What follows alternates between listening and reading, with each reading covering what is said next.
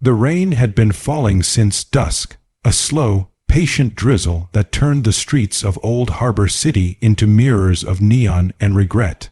Inspector Ayan Malik stood by the window of the Records and Evidence Bureau, watching the drops crawl down the glass like nervous insects.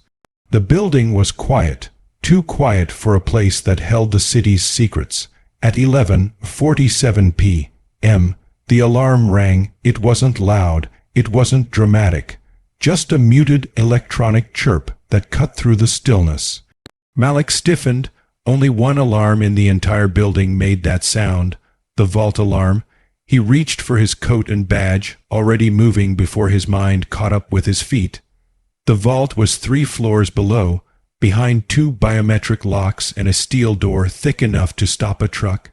No one accessed it after hours. No one except him, the chief archivist, and a handful of senior officers.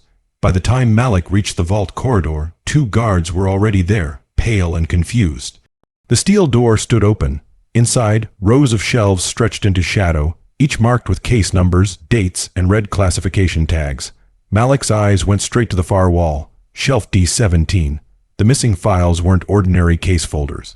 They were known quietly, unofficially, as the Black Ledger, unsolved crimes, closed crimes reopened in whispers, cases where evidence vanished, witnesses recanted, or suspects died too conveniently.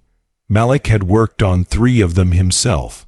He stepped closer, scanning the shelf. The tags were still there, dangling like torn veins. Someone hadn't just taken the files. They'd taken them carefully, one by one. Who was on duty? Malik asked. Guard number 1 swallowed. Just us, sir. No alerts. No forced entry. Malik nodded slowly.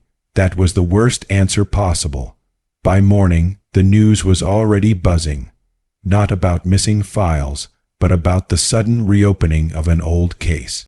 A construction worker had found human remains beneath a demolished warehouse. Dental records confirmed the identity within hours. Lena Kaur, missing for 12 years. Malik stared at the report on his desk. Lena Kaur's file had been on shelf D17. So had the files for Rafik Noor, the Blackwell twins, and the St. Jude Hospital fire. The missing files weren't gone. Malik visited the Kaur family that afternoon. Lena's mother answered the door, older now, smaller, but her eyes still sharp with unfinished grief. They told us to move on, she said, gripping the doorframe. They said there was nothing more. Malik nodded. He had said those words himself, years ago. Protocol, closure, lies dressed as kindness. This time, he said quietly, we'll do it right. As he left, his phone buzzed. An anonymous message. Check the case notes. Page 4. Dr. Samuel Hargreave had run the Records Bureau for 25 years, a historian disguised as a civil servant. If there was a man who knew the vault better than Malik, it was Hargreave. Malik found him in his office, meticulously labeling a stack of new files. You look tired, Inspector, Hargreave said without looking up. The files, Malik replied. You know which ones.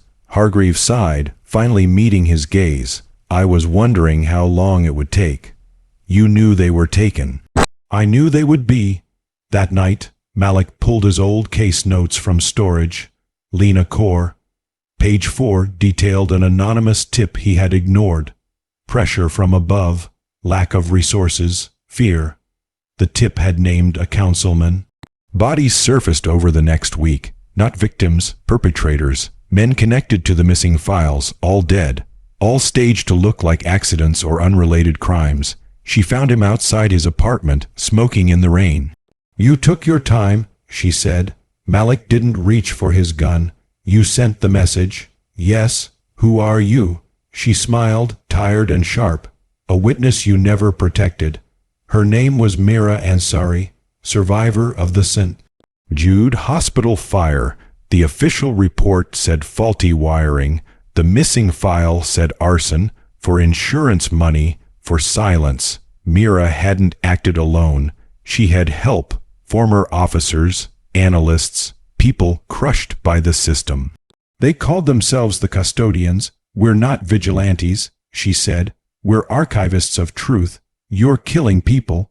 The final file was Hale's. Malik had 12 hours before the custodians made their move.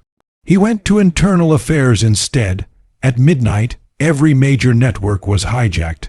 Documents filled the screens, names, photos, audio recordings, confessions. The missing files were no longer missing. They were public. Weeks later, Malik stood before shelf D17. New files filled the space. New tags, new truths. Hargreave joined him quietly. "History doesn't forgive," he said, "but it remembers." Malik nodded. "So do I." As he walked away, his phone buzzed once more. The files are never really closed. Malik slipped the phone into his pocket and stepped into the rain, knowing one thing for certain: in a city built on secrets, the truth always finds a way to be stolen back. Councilman Hale was arrested live on camera, screaming about conspiracies and traitors. Mira vanished and found the office empty, desks cleared, servers wiped. The rot went deeper than he thought. They killed justice first. Malik wanted to arrest her, wanted to stop it, but every file she showed him was real, every name guilty. For power, someone was cleaning the past. The media called it coincidence. Malik called it a confession. Councilman Victor Hale.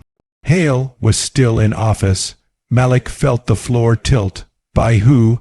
By someone who is tired of silence. Malik stopped walking. Only one person knew about page 4. They were being used. Whoever did this belonged here.